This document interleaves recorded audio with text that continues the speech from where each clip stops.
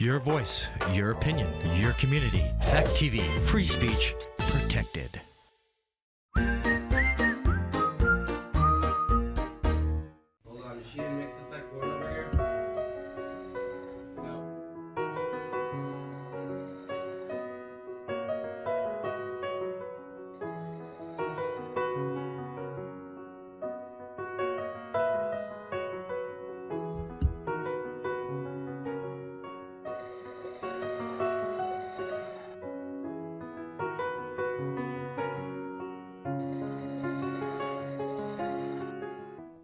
Hello, and welcome to The Art of Being Human.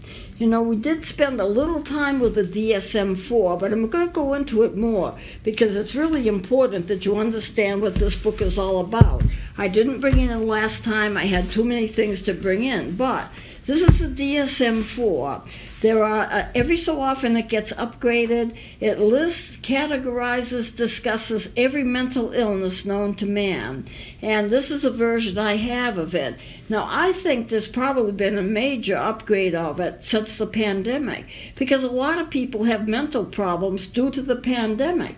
And they sometimes call long haulers because they've never really recovered from the illness, or they've recovered but only partially. So I decided that since this DSM is used in the diagnosis and treatment of all mental illnesses and a lot of the physical illnesses that lead to mental illnesses, it's time that I give it kind of a look. So I brought it in. As I said, this is just the 4th edition. Every 2 or 3 years they make another edition, and so this is an older one. But it's all divided in sections. It's very easy to use once you get used to it. You probably never will get used to it. You probably never will be using it yourselves, but it's used by mental health agents, it's used by doctors, it's used by police departments, it's used by anyone that's connected with mental health. There are other systems out there, but this is a system that's used most often is DSM. So this is the book right here, 4th edition, Diagnostic and Statistical Manual of Mental Disorders. That's why we always call it the DSM. Now, it's done in sections, so what I've done is I've separated some of these sections so you'll be able to see. Now, we've been talking about abuse of drugs. There's a whole section in here that has nothing to do except for the drugs and how they're treated. And I want you to, like cannabis, if you look on the upper, this section up here, it'll be different types of abuse with cannabis, and it's all listed out so a practitioner who is treating somebody would be able to figure out the cannabis intoxication, delirium, psychotic disorder with hallucinations, and you can get hallucinations dealing with marijuana, cannabis-induced anxiety disorders. And what I want to do is I'm going to kind of flip through and okay, this is the criteria for panic attacks. Now, I had a lady, when I was a college professor, I was in my office, I was working, and all of a sudden I heard this blood-curdling scream, just like someone was being attacked. And it was a very quiet campus. We didn't have much problem in the campus at all with people who were disoriented or people starting trouble, but she let out a scream like you would not believe. It's like that she was being attacked. So I went ahead and I went out in the hall, classes were in session, and she was just sitting there alone. No one was attacking her, but she was screaming at the top of her lungs. Obviously, she had a panic attack. And so this whole section, if I were to have diagnosed her, deals with panic attacks. And you will notice that there's a section here that's blocked off. I hope you can see that.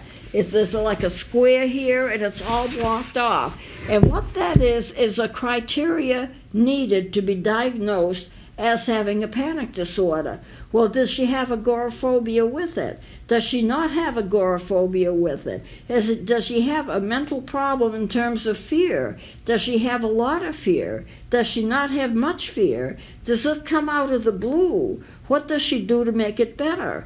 Can she make it better? And so all of these criteria that are listed that are kind of blocked off are the criteria needed for a patient to be diagnosed as panic disorders. So let me take a better look at that. I didn't see her for counseling, but here are the criteria for the panic attack.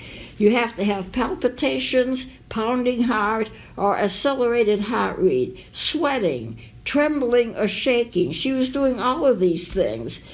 Feelings of choking, chest pain for discomfort. I don't believe she had that. Nausea, abdominal distress, feeling dizzy, feeling lightheaded, derealization. Derealization is a psychological term that you don't feel like you're real. You don't feel like you're in a real environment. It's like everything is kind of fake around you, like you're kind of playing a part in a play. Fear of losing control, fear of dying, numbness and tingling sensations. Now, these are the criteria for a real panic attack. Sometimes they'll list like 10 things, 8 things, and then you have to have like 5 of them to be legitimately diagnosed as criteria for that particular disorder. You know, for panic attack, there are 13 things listed here, and you have to have 10 of them, and those 10 of them that I've read off to you have to last for about 5 to 10 minutes. Then you can be diagnosed as having a real panic attack. I had no question that she was in a panic, but if I was seeing a person, if I was seeing a patient, and a person was in a panic, I might want to review this, although I pretty much know it anyway. How can I be sure that's a panic attack and not something else? Maybe it's a real fear that she's developed over a period of time, and it's not truly a panic attack. Well, you can go by that. This is just checked out for you. You know, here would be a panic attack with agoraphobia, and she did not have any agoraphobia, I was sure of that. But you see how this is all out in a kind of blocked out in a square. You just check that off. So it's really an easy book to use if you can do it, if you know, and you don't get lost in it. And let's see. There's criteria for post-traumatic stress. Now, I have not dealt with post-traumatic stress, but I'm going to. And if you notice, on my right side, this is all blocked off. The criteria necessary to have post-traumatic stress. Now, post-traumatic stress is a very difficult illness to deal with, but these are the criteria that you would look for. If I was treating somebody that I'd never seen before, I would want to check on this to make sure I got everything right. If I am familiar with it enough, and I am familiar with it, I might not need to look at all. If somebody else was diagnosing, I would want to make sure that they had it right, because we would be working together on it, like a doctor or a nurse or something, and you have all of those criteria. Stress disorders are terrible, and what I expect, because of the pandemic, I expect that the stress disorders have taken over, and I expect that there are a lot more of them. What this book would do, what the doctors, there are many, many doctors and many, many medical specialists that work on a book like that. They bring everything up to date. There may be several types of new types of stress disorders due to the pandemic. There be several types of new stress due to the pandemic. People who have lost others, people who are not going to recover, people who want to recover but can't recover. I know that a lot of people who got the pandemic, who got COVID-19, they would be told they were going to get better when it was obvious that they were not going to get better. And I believe a human being would know the difference, whether they were going to get better or not. They could tell. They could tell by their symptoms. And I can remember going from nursing home to nursing home to nursing home to visit people who had stress disorders from the pandemic. And sometimes I wasn't allowed in. I'd have to see them outside because everything was closed up. Now, you can imagine the mental health problems that resulted for people who lost loved ones from the pandemic. You can understand how far they would go to get better. You can understand what their stress levels were, and we're still seeing it today. Now, there is a criteria for pain disorders. How much pain is pain? Now, pain is pain, you know, and you need to have help. with it. But there's a criteria for how serious the pain is and how it's treated. And this is all in this book. So this book is very heavy, by the way. Another reason I don't carry it around much.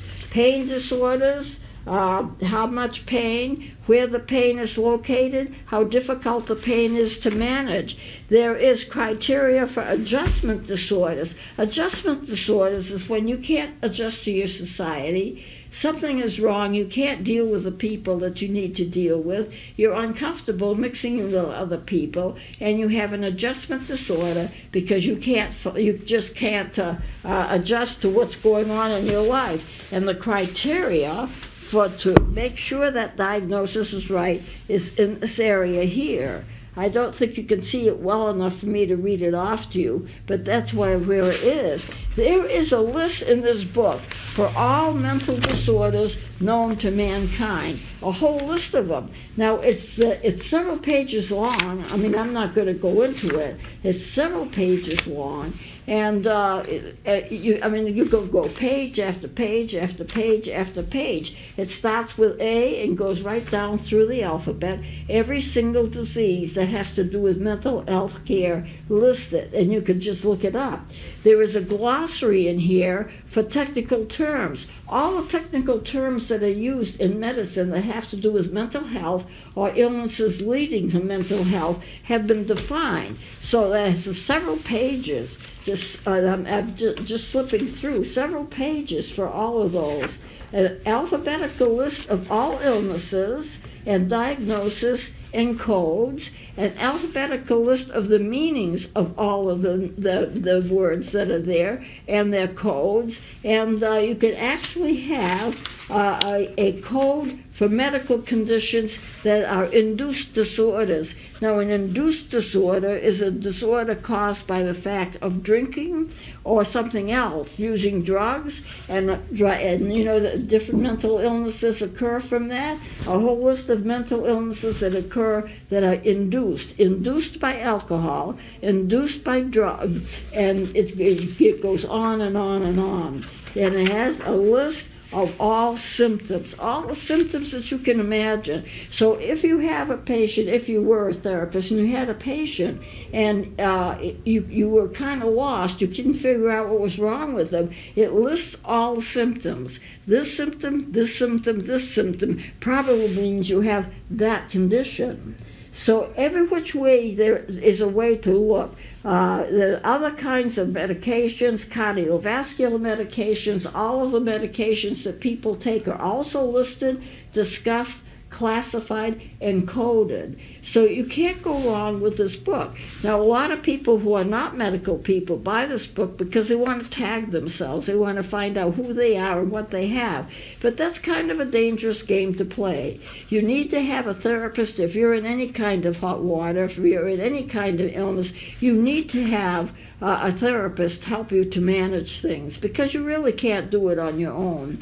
I know that a lot of people might want to see me and they say to me, well, why can't I do this myself? Why can't I get better myself? And how long is it going to take? How long it's going to take is a kind of question that no therapist can answer. It depends upon what they run into. Usually after a session or two, I'm ready to give a what's called a provisional diagnosis. The provisional diagnosis is a diagnosis that you have, if you're a therapist, on the basis of the knowledge that you get. But it's also subject to change. As your knowledge about a person changes and you know more and more, your diagnosis for them might change. So that first provisional diagnosis is a diagnosis that you have based on what you know at the time. And it's also limited because as you get to know a person, it'll be more and more that you know. And you also may up with a dual diagnosis. A dual diagnosis is when you give more than one diagnosis to a person. You may have two diagnoses. You may have three diagnoses.